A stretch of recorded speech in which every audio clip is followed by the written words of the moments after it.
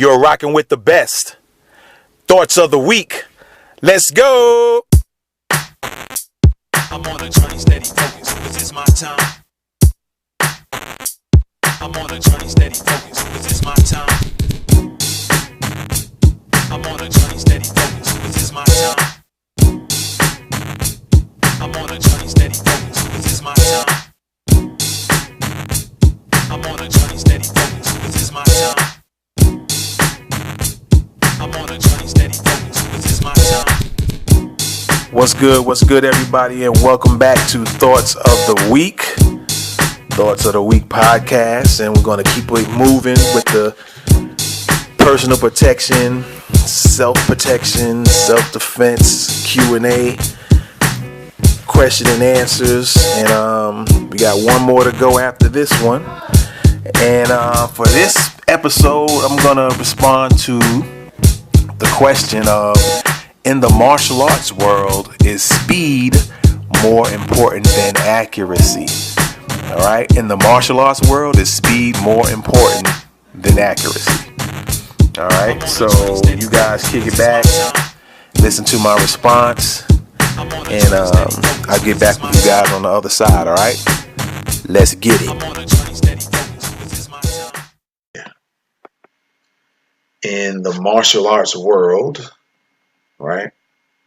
In the martial arts world, is speed more important than accuracy? Now, this question, I got to break down. You guys know me, when I break down questions, I'm breaking down certain words and how certain things are worded. And in this question, it says, in the martial arts world, is speed more important than accuracy? So my thing is, what is the martial arts world? How do you view the martial art world?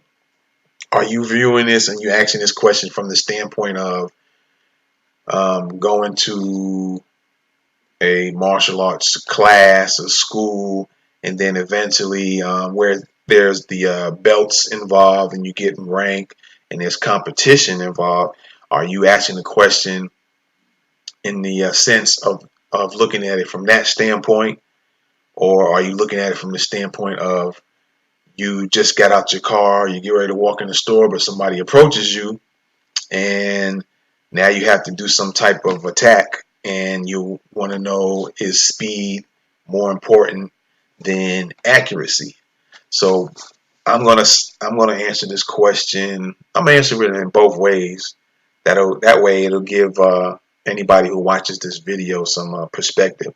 So let's start with the martial arts world. Let's go from the standpoint of you going to a school, martial arts school, taekwondo school, whatever. And eventually you're going to move up in belt rank, white, yellow, green, blue, so on and so forth. And part of that being up in rank requires you to do certain things, certain testings, or from the standpoint of your training, because you're going to be fighting in the ring in a structured environment to a degree. And so is speed more important than accuracy? Now, when it comes to that, like a competition type of way, I'm going to say this, in the street as well as in the ring or any type of competition type of thing, I would say they are both just as important. All right.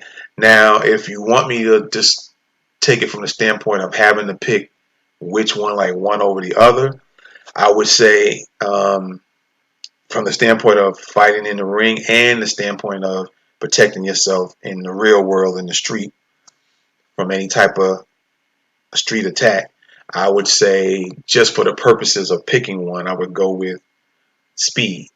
And the only reason why I say that, because my true answer is both are important.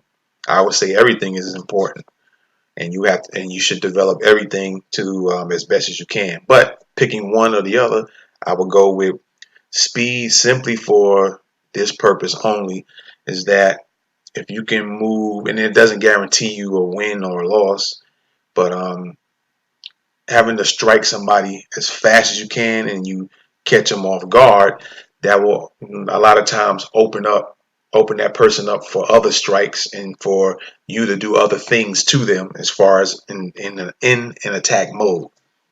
All right.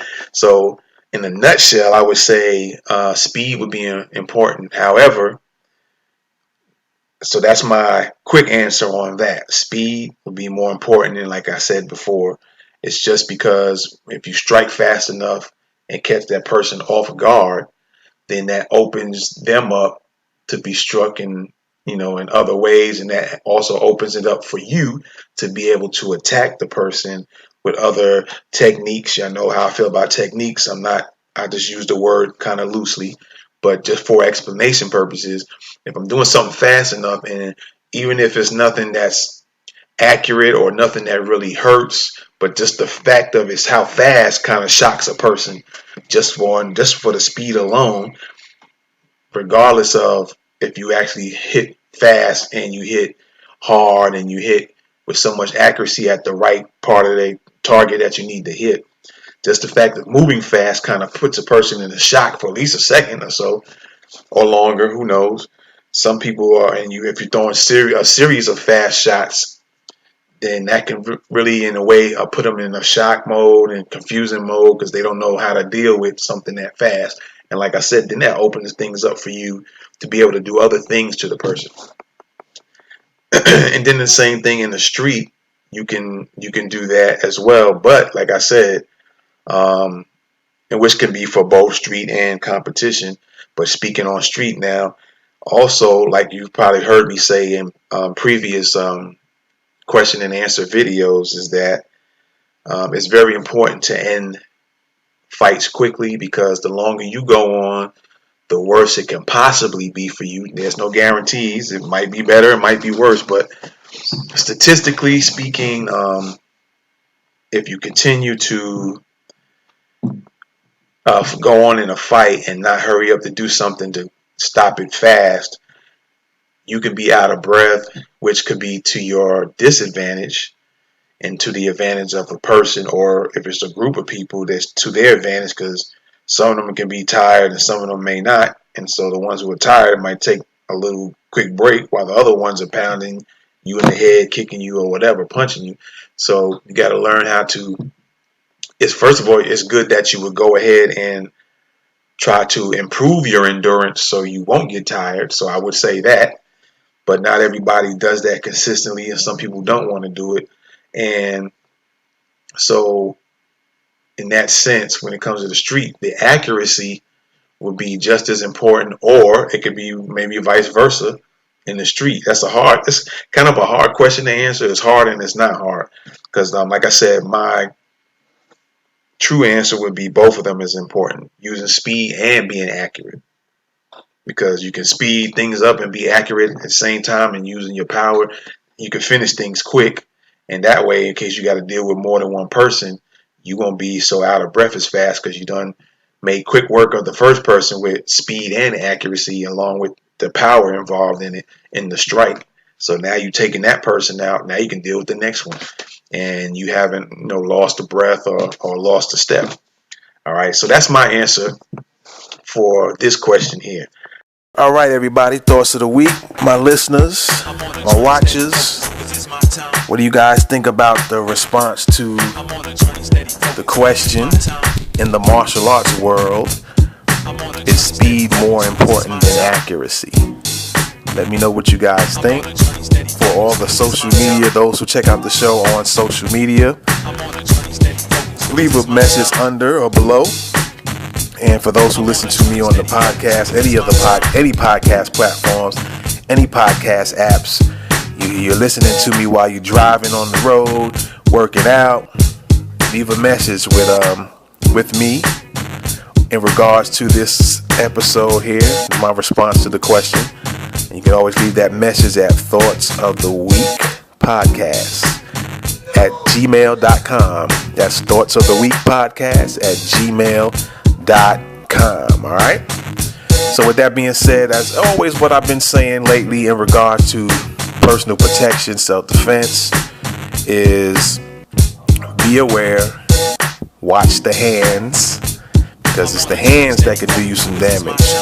A weapon by itself can't do you any damage at all. Alright? So be aware, always be aware of your surroundings at all times. The moment you step out of your residence, whatever residence that might be, whether it's in a dorm room, whether it's an apartment, or whether it's a house. The moment you step out of that residence, be aware of your immediate area or surroundings. Alright? So be aware. Wash the hands, and always remember to have a plan, all right? Have a plan, an escape plan, have an emergency plan, a crisis plan for any situation that could come about, all right?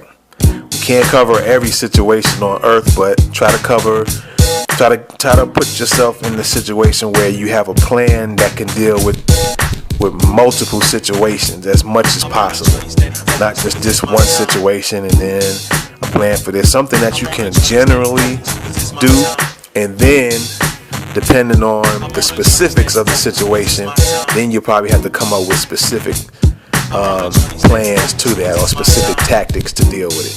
But try to come up with something that can deal with many things, many situations, so your mind doesn't get clouded or confused when a situation goes down. You just be able to respond. All right, that's the keys to keeping you guys safe, or that's some of the keys to keeping you guys safe. All right, so with that being said, again, like I said, be aware, watch the hands, and have a plan. And I will check you out in the next episode. The next episode will be the final Q&A for a while. As far as the Q&A series, we might get back to it at another time, but we got one more to go. All right, so stay tuned and keep on checking out Thoughts of the Week. All right, so let's get it. Peace.